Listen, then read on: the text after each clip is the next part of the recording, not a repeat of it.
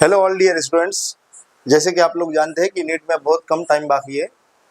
More precisely अगर मैं बोलूँ तो 2 हफ्ते से कम का टाइम बाकी है। इस टाइम पे स्टूडेंट्स, अच्छे ब्रिलियंट स्टूडेंट जिन्होंने साल भर 2 साल काफ़ी मेहनत की, तब भी वो ऐसी 5 गलतियां करते हैं जिसकी वजह से उनका नीट का एग्जाम बिगड़ने का चांस है। जैसे आपको थंबनेल से आइडिया लग गया होगा कि हम यहाँ पे मोस्टली होने वाली 5 गलतियों की बात करने वाले हैं, जो इस टाइम पे या फिर अप्रैल के महीने में खासकर एग्जाम से 1 महीना पहले हो सकती है। आप अगर देख पा रहे हो तो मैंने इसको 5 अलग अलग स्लाइड में डिवाइड किया हूँ।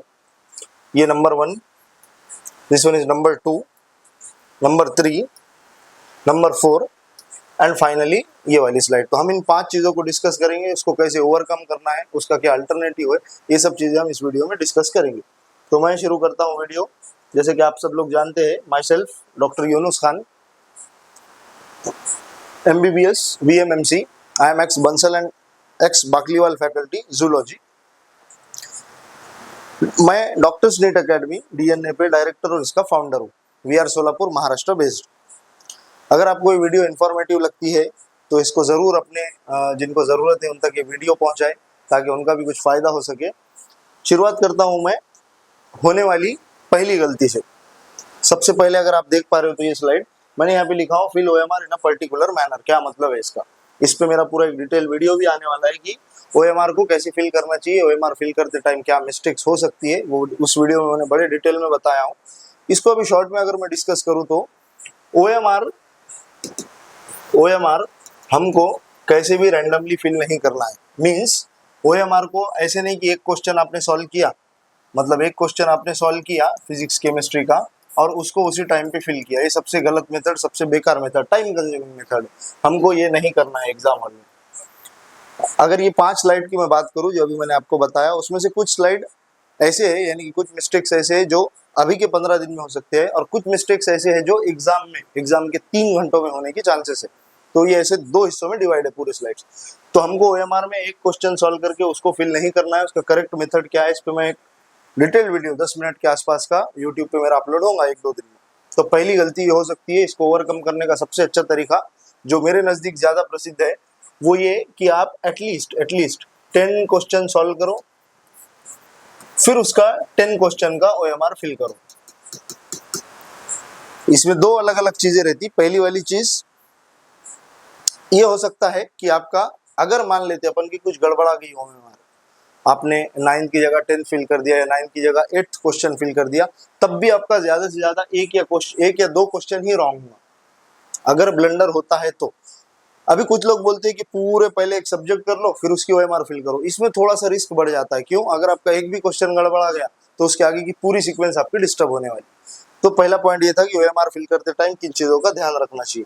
दूसरा, अगर आप देख पा रहे हो तो मैंने यहाँ लिखा हूँ, don't solve exam paper randomly. मतलब के पेपर खोला, जो पहला क्वेश्चन था वहीं से सॉल्व करना शुरू कर दिया ना। अपनी एक परफेक्ट स्ट्रेटेजी होनी चाहिए। अभी तक आप लोग ये जान ही चुके होंगे कि स्ट्रेटेजी क्या होनी चाहिए, फिर भी मैं बता देता हूँ कि आपने पहले बायो सॉल्व करना है, उसके बाद आपने मूव करना है केमिस्ट्री की तरफ और फाइनली आपने मूव करना है फिजिक्स की तरफ।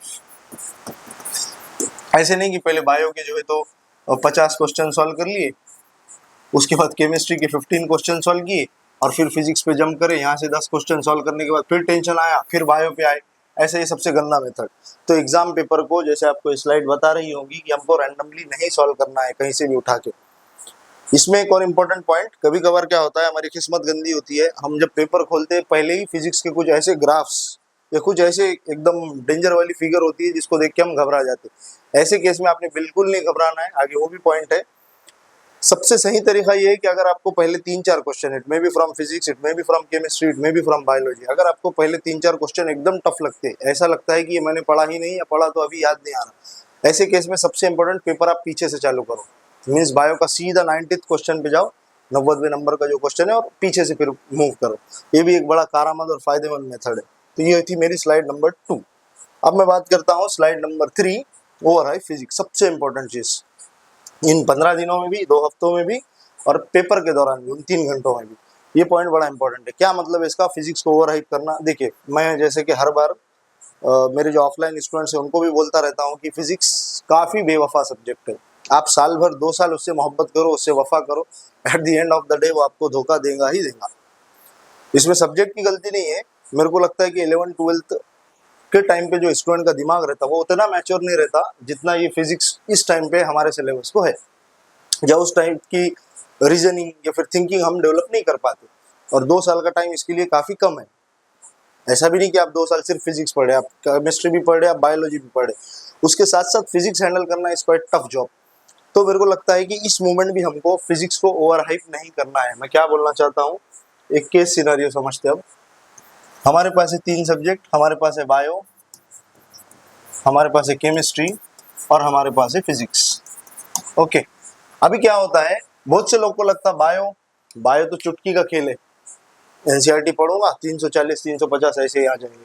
केमिस्ट्री थोड़ी बहुत मेहनत कर लो मार्क्स मिल जाएंगे, बात दोनों भी सही है। बायो बहुत आसान है, केमिस्ट्री में थोड़ी मेहनत पे मार्क्स मिलते। ये बड़ा टफ सब्जेक्ट है, तो हम क्या करते हैं, जहाँ पे इसको इस वाले सब्जेक्ट को हम 3 घंटा दे रहे, वहीं पे इसको भी 3 दे रहे, तो ये दोनों का इक्वल टाइम 6 घंटा हम इसको दे देते।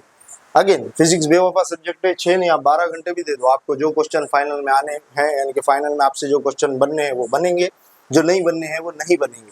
तो इसको ज्यादा हाइप करने की जरूरत नहीं। हाइप करना मतलब कि फिजिक्स को सबसे ज्यादा भाव देना केमिस्ट्री और बायो के कंपैरिजन में, एकदम गलत।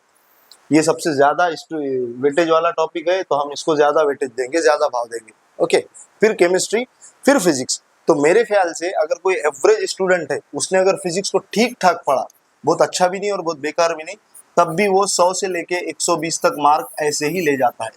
ओके, तो इसको ज्यादा इसके पीछे जाने की जरूरत नहीं। जैसे कि पिछले साल आपने फिजिक्स देखा कैसा था, उससे पहले रोटेशनल मोशन के काफी टफ टफ क्वेश्चन उसने पूछा है सेंटर ऑफ मास के हो, तो उसके पीछे हम ज्यादा टाइम डालने से अच्छा है कि इन 2 सब्जेक्ट जो हम स्कोर कर सकते हैं इजीली, इसमें ही ऐसा स्कोर कर ले कि फिजिक्स हमको 100 भी अगर आ जाए तो काम बन जाए।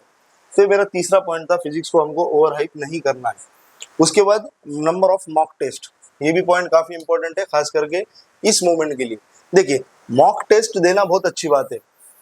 टेस्ट हम क्यों देते हैं, एनालिसिस करने के लिए कि कौन सी जगह पे हम कम पढ़ रहे हैं, कहाँ पे हमको मेहनत करने की जरूरत है।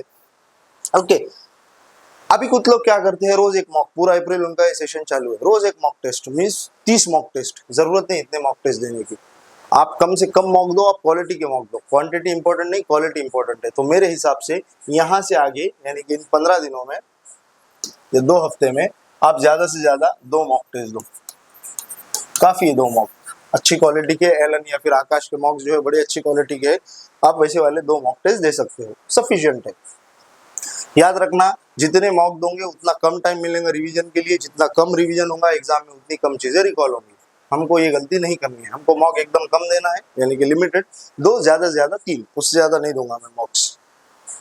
एनालिसिस इंपॉर्टेंट है, बार बार रिवीजन इंपॉर्टेंट है, जितना रिवीजन करोगे एग्जाम में उतने आसानी से रिकॉल होगा। ओके, अब मेरी आखिरी स्लाइड जो मैंने जानबूझ के लास्ट में रखा हूं, क्योंकि सबसे इंपॉर्टेंट स्लाइड मुझे लगती है। ये जो स्लाइड है ये एग्जाम के दौरान की है, यानी कि एग्जाम में ये गलती हो सकती है आपसे, ना कि इन 15 दिनों की मैं बात कर रहा हूँ। क्या है ये, अगर आप इसको पढ़ पा रहे हो तो don't stuck to the same question for a long time.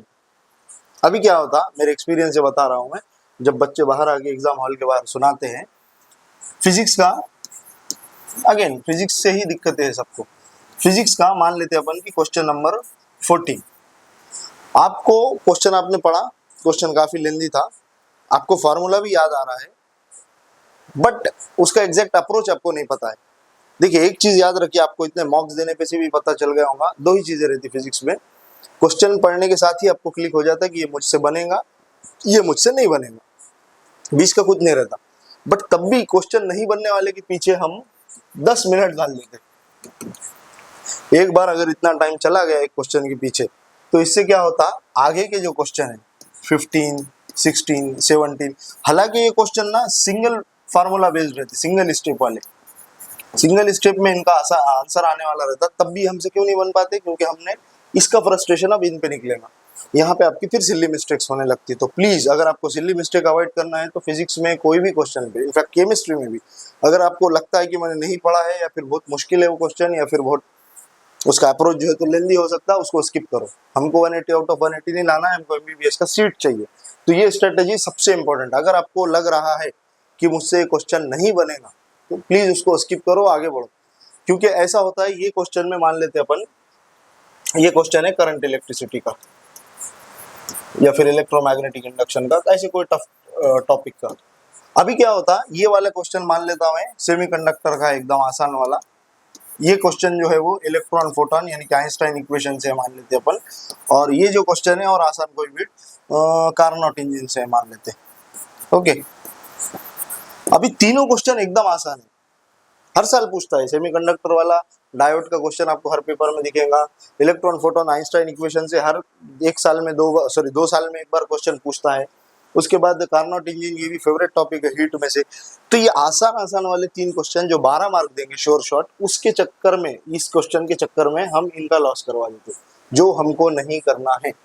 वापस बोल रहा हूं कि हमको फिजिक्स के ऊपर या कोई भी क्वेश्चन के ऊपर ज्यादा टाइम तक फंसे नहीं रहना है, हमको फंसना नहीं है। अगर आता है तो करना है।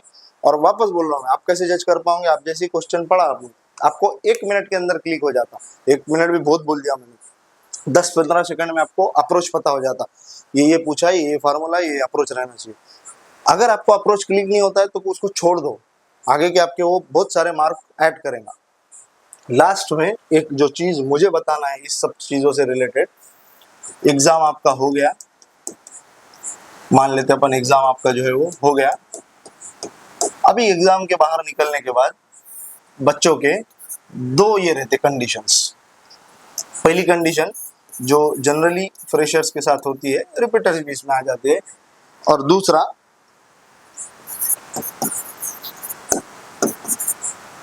एक मैंने लिखा हूं रिग्रेट्स और दूसरा रहता है स्टेबल।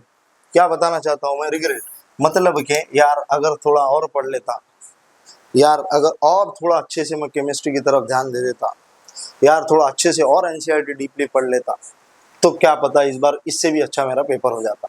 ये पहली कंडीशन एग्जाम हॉल से निकलने के बराबर। दूसरी कंडीशन जो कि खुशी का मौका रहता कि मुझसे जितना जो कुछ बन सकता था मैंने 101% दिया, इससे ज्यादा मैं और कुछ नहीं कर सकता था, वो सब कुछ मैंने किया। स्टिल मेरा सिलेक्शन अब भी अगर नहीं होगा तो क्या पता यही मेरे लिए बेहतर होगा। ये दो ही कंडीशन के साथ आप एग्जाम हॉल से निकलते हो। I am also a repeater, तो मुझे पता है पहले टाइम पे मेरे साथ यही रिग्रेट था कि और थोड़ा अच्छे से अगर कर लेता, जो गलतियां मैंने किया था, बार बार एनसीईआरटी नहीं पढ़ा था, क्या पता और अगर थोड़ा पढ़ लेता बहुत अच्छे से, तो ये रिग्रेट मेरे साथ नहीं रहता। और जब सिलेक्शन वाला फील रहता तो वो ये रहता कि हम पूरे तरीके से स्टेबल रहते कि भाई इससे ज्यादा मैं और कुछ नहीं कर सकता था, जितना करना था मैं सब कुछ कर लिया। अब भी अगर सिलेक्शन नहीं हो पाता तो फिर ये किस्मत की बात है। सबसे इंपॉर्टेंट ये चीज आप लास्ट तक याद रखना, जब तक आपका पेपर पूरे तरीके से हो नहीं जाता, बराबर। हमको रिग्रेट के साथ बाहर नहीं निकलना है, हमको खुशी के साथ ये सोच के निकलना है कि मुझसे जितना बन सकता था मैंने मेरा 101% दे दिया। अगर आपको ये वीडियो बहुत अच्छा लगा या ऐसे इन्फॉर्मेटिव लगा तो हमारे चैनल को आप जरूर सब्सक्राइब करो। जो नीडी है उन तक ये हमारा वीडियो आप पहुंचाओ। आखिरी के बहुत कम टाइम बाकी है अभी नीट में। अगेन पिछले वीडियो में भी बोला था, इस वीडियो में भी बोल रहा हूँ कि कट ऑफ रिलेटेड, क्या कट ऑफ जाएगा, ऐसी कुछ चीजें जो हमारे दिमाग को टॉर्चर करती है, उससे अभी हमको इस मोमेंट दूर रहना है पूरे तरीके से। चलिए मिलते हैं अपन अगले वीडियो में, जो कि मोस्टली ओएमआर कैसे फिल करना है इस पे रहने वाला है। Thank you, thanks a lot.